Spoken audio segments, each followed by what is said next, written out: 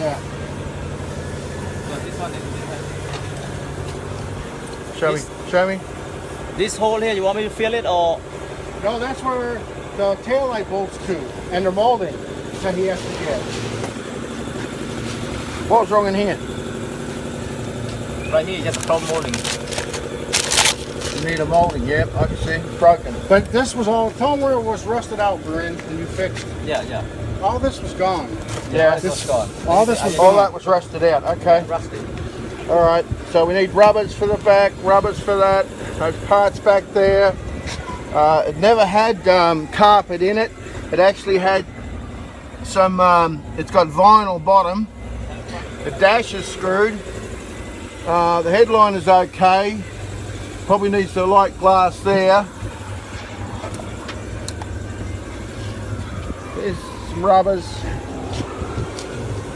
Now, Barry said once he gets the, see here, he said once he gets the, this has all been painted over, not chromed. As you can see the condition of the rubbers and that.